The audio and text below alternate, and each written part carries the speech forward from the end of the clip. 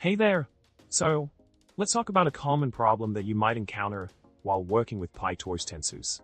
The issue arises when you perform backward pass multiple times without specifying retain_graph equals true, resulting in an error message.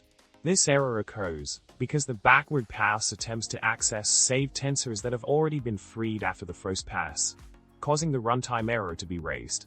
Now, onto the solution. When you have a shared node in the computation graph, such as an addition operation, there is no need to save tensors for the backward pass. This is because the gradient along each input is the same as the gradient over the sum, allowing the gradient to be passed along the graph without any additional operations. Hence, you won't encounter the error when the only shared node is an addition node. In contrast, multiplication operations require saving the input values for the backward pass, as a gradient calculation involves the product of inputs. Therefore, the exception is raised when the backward pass attempts to access these saved tensors that have been freed.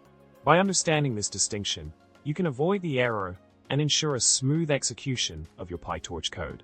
To wrap it up, remembering to use retain_graph equals true when necessary, especially after the first backward pass, can save you from encountering frustrating errors in your PyTorch computations. I hope this explanation has shed some light on this issue for you. Remember to subscribe, like, and leave a comment below with your thoughts or any questions you may have. Stay curious and keep coding.